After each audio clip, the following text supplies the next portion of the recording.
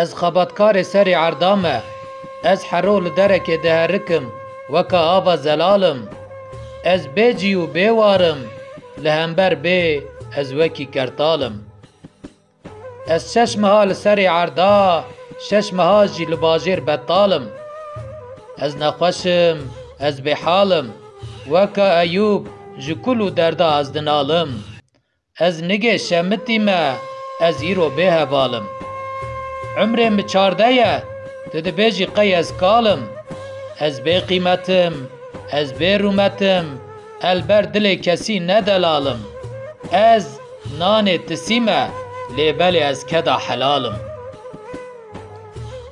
Ez feqîrê serê erda me, ez geh şivanim, geh gavanim. Ez geh xebatkarim, geh jî xwendevanim. Cavê tunebûnê birce, ez şeş meha li mekteba û medresa, ez şeş meha jî li serê erdanim. Ez nigê qelişî me, ez li inya reş xwîdanim.